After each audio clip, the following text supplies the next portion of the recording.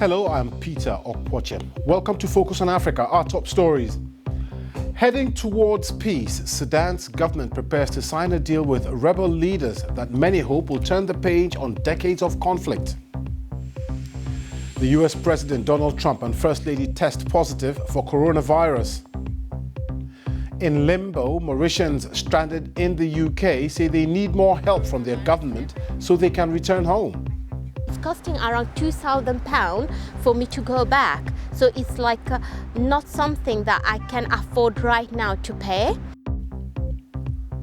Also on the program, feeling a bit meh. I'm the goat, man. I'm the goat. Why everyone is bleating about this Ghanaian rapper.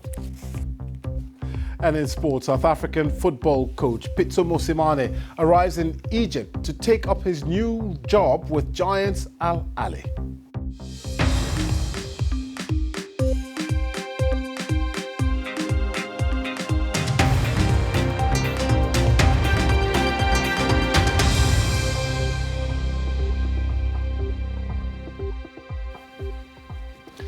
Thanks for joining us here on Focus on Africa from BBC World News. It's a peace deal that many hope will end decades of conflict in Sudan. The country's transitional government and leaders from the Sudanese Revolutionary Front, a coalition of armed groups, are heading to Juba in neighboring South Sudan to sign an agreement on Saturday. Ending Sudan's internal conflicts has been a top priority of the transitional government, which has been in power since last year's ousting of Omar al-Bashir in a pro-democracy uprising. Ferdinand Omondi has more. Sudan's Prime Minister Abdallah Hamdok on his way to Juba to sign an agreement with the rebels he now calls comrades. The peace deal was initialed by Sudan's transitional government and the main rebel alliance, the Sudan Revolutionary Front, in August. The agreement covers key issues around security, national justice, power sharing and repatriation of displaced people. It also provides for integration of rebel fighters into the national army. But there are two key groups who are not involved in this deal: a faction of the Sudan Liberation Movement led by Abdel Wahid al-Nur and a wing of the Sudan People's Liberation Movement North, or SPLM-N, headed by Abdelaziz al-Hilu. Sudan has been devastated by armed conflict and civil war for over 30 years, pitting the Arab-led government and militia against non-Arab communities. The worst of its kind happened in the Darfur region, where the United Nations estimates that over 300,000 people were killed. Former President Omar al-Bashir is facing genocide charges at the International Criminal Court over the Darfur conflict. Mr. Bashir was overthrown last year after months of countrywide protests triggered by high food prices and which ended up as a clamor for a regime change. And those protests over the economy and spiraling inflation are still a problem for the government in Khartoum, a government with huge challenges ahead as it takes this bold step towards democracy. Ferdinand Omondi, BBC News. Well, earlier I spoke to Jonas Horner, a senior analyst from the International Crisis Group based in East Africa. He's due to fly to Khartoum tomorrow from Melbourne, Australia. I began by asking him why this deal is important. The deal is a really key component of Sudan's larger transition.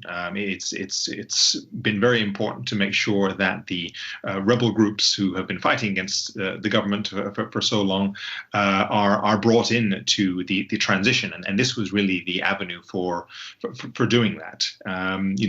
Bringing peace to the country is a necessary prerequisite for going through the rest of the process of Sudan's transition. Well, the cynics and the skeptics will say there have been many false starts in the past. What are the stumbling blocks you see to this deal? Primarily funding. The economy of Sudan is certainly in free fall. That you'll see bread and fuel queues very regularly. The inflation in Sudan is second now only to Venezuela worldwide, and the country needs money to implement this deal. There are a lot of components in terms of returns, justice, compensation that are provided for in the agreement, and those all cost money. And really, the international community has not provided much in the way of support or promises sources of support as yet. So where are they going to get the money from then? I mean, the United Nations has described this as a historic event or a historic deal. Where will Sudan get the money to implement all these projects that it hopes to once the deal is signed? I mean, the short answer is there are questions about that, and nobody is entirely sure. The negotiations and process in Juba was quite insular. It was, of course, hosted by the South Sudanese and their historical ties, but South Sudan, unlike Qatar, for example, the previous Doha document for peace in Darfur, doesn't have the money to throw at this to make sure that implementation actually occurs. You mentioned the insular nature of this deal, and one other thing that comes to mind is the fact that we've got two major parties, two major warring groups, not signing this peace deal. How difficult will it be to bring them into the fold once the deal has been signed with the others? Yes, I mean that's really the key component here, and another concern that around implementation. Those two parties of Abdelaziz Al-Hailu and Abdelwahid Al-Nour are, in fact, the two parties with the by far the most significant military capacity and also the largest constituencies. The groups who have signed up don't have that military capacity. They've been largely degraded in that regard since 2016, 2017, and they don't really command much in the way of constituencies on the ground. On the 3rd of September, days after the Juba agreement was initialed, there was an agreement that was signed in Addis between Abdelaziz Al-Hailu and the Prime Minister Abdallah Hamdok. But that is really quite much more of a declaration of principles in some ways and a roadmap for bringing Abdelaziz's SPLA North group into the peace process. But as such, what's happening tomorrow is really the signing of the Juba agreement. We really do need to see these other two groups brought into the peace process. That's Jonas Horner, a senior analyst on Sudan with the International Crisis Group. Now, President Trump and his wife Melania have gone into quarantine in the White House after testing positive for COVID-19. The White House doctor said Mr. Trump, who often downplayed the virus and seldom uses a mask, and the First Lady are well, and that Mr. Trump will continue to carry out his duties while he self-isolates. Well, African leaders have also been tweeting their reaction to the news. Nigeria's President Muhammadu Buhari sent this tweet wishing President Trump and First Lady Melania a quick and full recovery. Zimbabwe's President Emerson Mnangagwa sent his best wishes to Mr. Trump and his wife. Gambia's President Adama Barrow wished the pair a speedy and full recovery, whilst Eritrean-born Director General of the World Health Organization, Dr. Tedros Ghebreyesus, sent his best wishes to Mr. and Mrs. Trump. A bombshell like no other. A month before the presidential election, Donald Trump and his wife Melania, the First Lady, have tested positive for coronavirus. It followed the news that one of his closest advisors, Hope Hicks, has the disease. She experienced symptoms of COVID-19 while accompanying the president at a rally in Minnesota. She was quarantined on the presidential plane back to Washington. Earlier in the week, she travelled to Cleveland in Ohio with Mr. Trump for the presidential debate. She was seen arriving with his team, not wearing a mask. The president confirmed his diagnosis in a tweet. Tonight, at FLOTUS and I tested positive for COVID-19. We will begin our quarantine and recovery process immediately. We will get through this together. The First Lady later tweeted that they were both feeling good. The president's doctor said Mr. Trump and his wife were both well at this time and planned to remain at home within the White House during their convalescence. Rest assured, I expect the president to continue carrying out his duties without disruption while recovering. The late-night announcement has sent shockwaves through America and the world. Days after a heated debate with his Democratic opponent, Joe Biden, Mr. Trump is now confined to the White House for an indefinite period. He's cancelled a rally scheduled for tonight in Florida. The coronavirus has long been the central issue in the presidential election campaign, with the Democrats accusing Mr. Trump of failing to alert the nation to the severity of the disease and for ignoring the advice of his medical experts. The virus has killed more than 200,000 Americans, and multiple states are experiencing a surge in cases.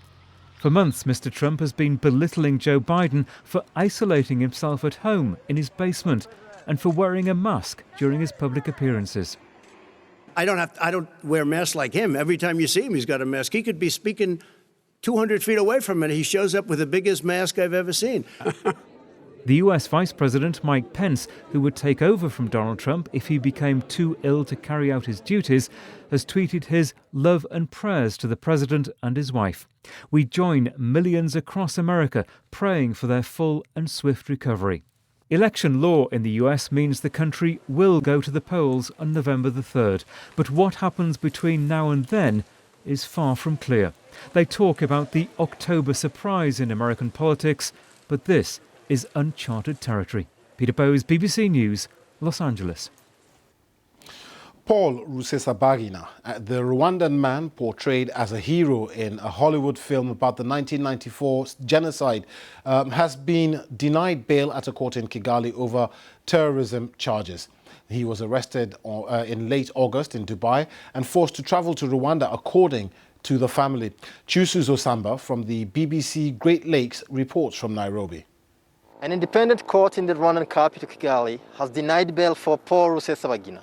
He had requested bail due to health issues, lack of evidence, and having Belgian nationality.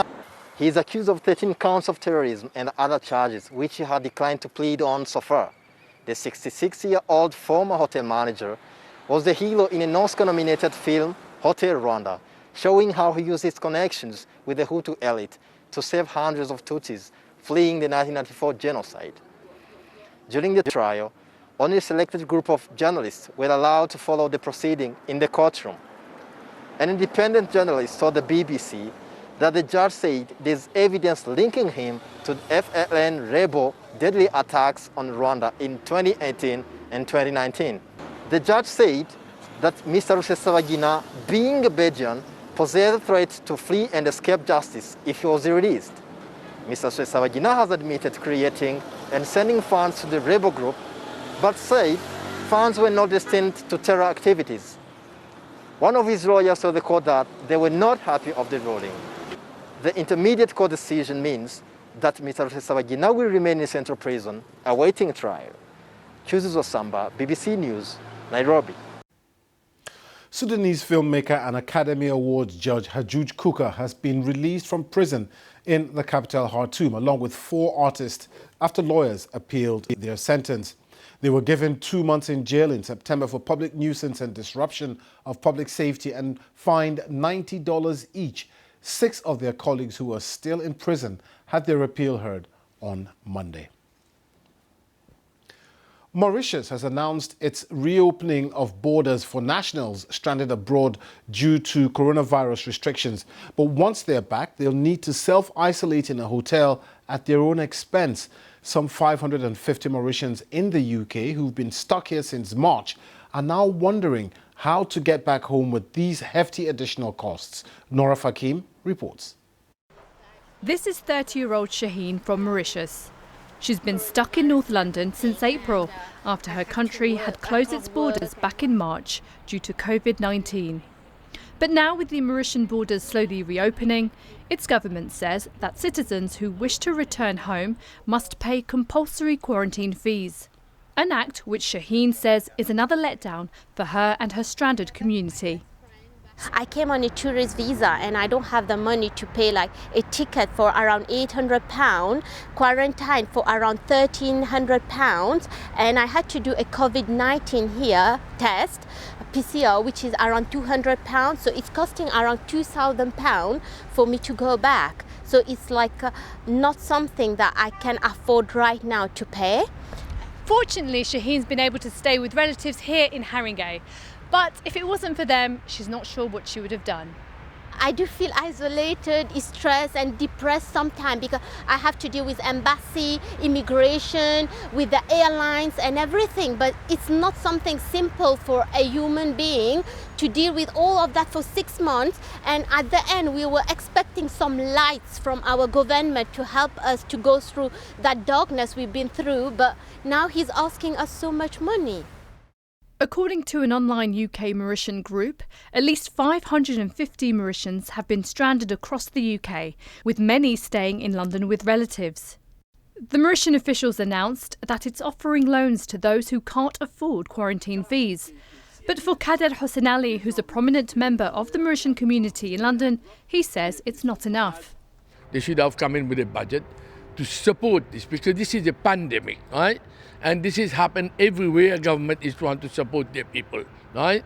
And in time of difficult time, you cannot cut yourself away from your people as if you don't care. This is not my problem. That's my mum and dad.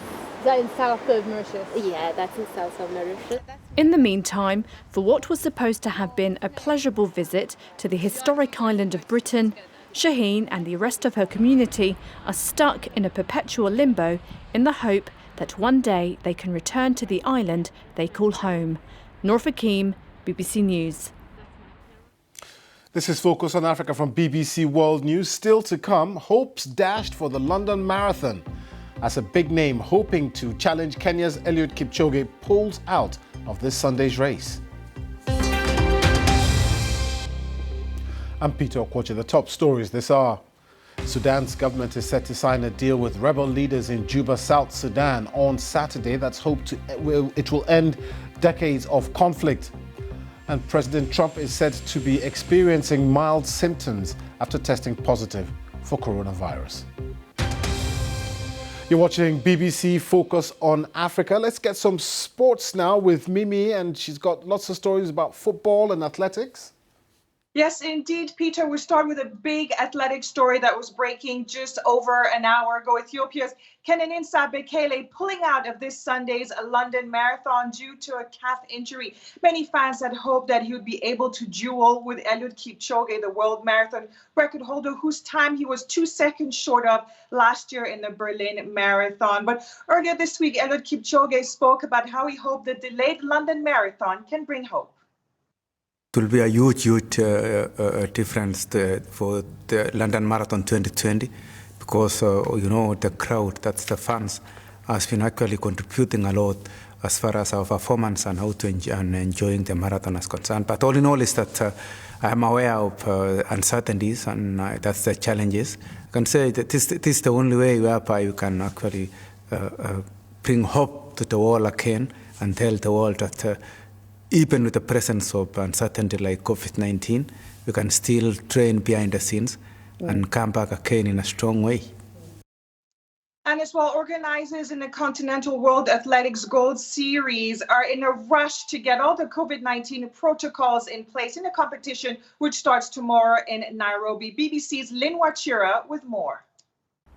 This newly refurbished national stadium in Kenya's capital, Nairobi, will in a few hours welcome local and international track and field stars for what is going to be the last stop of the World Athletics Continental Tour Gold. It's going to be the first fully fledged track and field event in Africa this year. Set to initially happen on the 2nd of May, the outbreak of the coronavirus pandemic forced World Athletics to postpone the event to this October. COVID-19 protocols have dominated the event preparations. Only 6,000 spectators will be allowed into the 30,000 capacity stadium. You have to test every athlete that is going to participate. And we have this bubble, You have to keep them confined in certain areas. They don't meet with other spectators or other athletes who are not competing. Britain's Crystal Awuah, whose parents are from Ghana, has however not let the pandemic dampen her 2020 season focus. This year has been so up and down. We could have never anticipated anything that happened. So when there's an opportunity, why not just take it? I think COVID isn't going anywhere for now. It's going to peak, it's going to go, but it's just one of those things you've got to learn to live with. World 1500 meters champion Timothy Cheruiyot has only lost one race this season, and despite picking up a slight hamstring injury in Doha, he's determined to finish off his track season at home. I feel happy because finishing season at home is something it never happened in my athletic career. Dubbed the Kip Keino Classic in honor of Kenya's running legend Kipchoge Keino, who won 2 Olympic titles in the 70s, the event will be part of the Continental Series for the next 2 years. The Kip Keino Classic meet tomorrow will mark the end of the 2020 track and field season. Lynn Wachira, BBC, Nairobi. All right, so this story has been making headlines in African football throughout the week. South African coach Pitso Mosimane resigning from his position of Mamelodi Sundowns and going to Egyptian giants Al Ahly. Now, the BBC's Mohamed Kutba has more on the story. Egyptian League champions Al Ahly are set to unveil their new coach on Saturday. South African Pitso Mosimane will succeed René Weiler as manager of the Red Devils. It's an interesting appointment. Al Ahly board needed a manager who has the experience in African football, as they are looking forward to competing in the CAF Champions League semi-finals in less than a month. And Mosimane was the right man for that.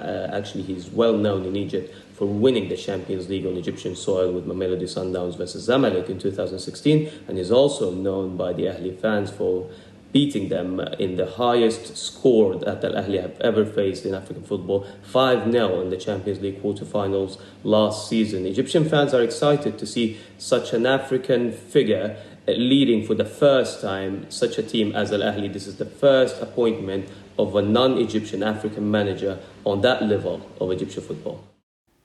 And the Europa League draw group stages was held earlier today in Switzerland, and many Arsenal fans will be happy. They got in their group Rapid Vienna, Molde, League of Ireland side, Dundalk. So many African football stars to watch out for throughout the campaign, which starts at the end of October. And quickly to mention, there's a tug of war between Spain and Mali, as both of them have named Wolves Adama Traore in their squad for the international friendlies, which starts next week. So it'll be interesting to see who he chooses. But my hunch is on Spain, Peter.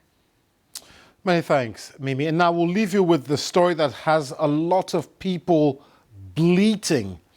AY Poyu, also known as Emmanuel Yeboah, is one of Ghana's rising rap stars, and his song I'm the GOAT has gone viral. Here's why. I'm the GOAT, man. I'm the GOAT. Everybody watch out, man. Right now, I'm the face of hip-hop and music, whatever artists they are. If they don't take their work serious, I will take all, and then I'll be the face of music. I'm the GOAT, may I punch it, man. AY is a full-time entertainer, a rapper, an actor. Watch out. Action. I'm a goat. I'm a goat. I'm the goat. I needed something that would let me blow. I needed something catchy for people to vibe with the goat song and come to drop. So they were like, I'm the goat, I'm the goat. Should I add meh because goat is an animal and it bleeds meh? I'm the goat, meh. Oh, that is fire.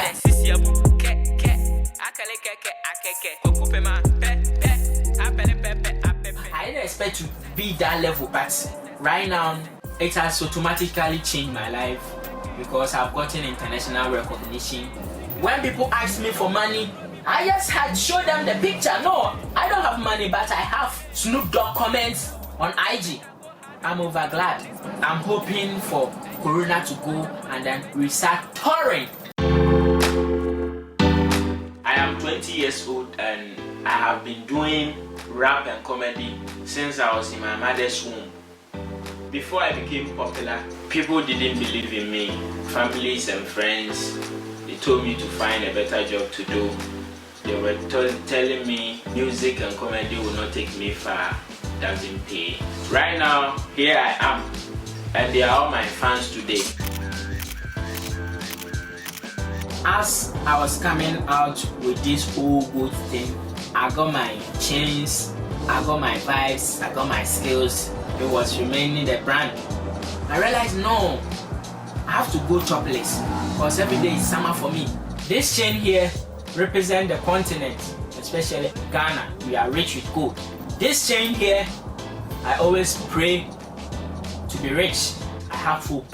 You see this heavy chain, I'm breaking through all the barriers. You know the history behind this chain, but to me, this chain is breaking through everywhere. Big ups to all the African countries. I really appreciate their love and support. What can I say? Bye.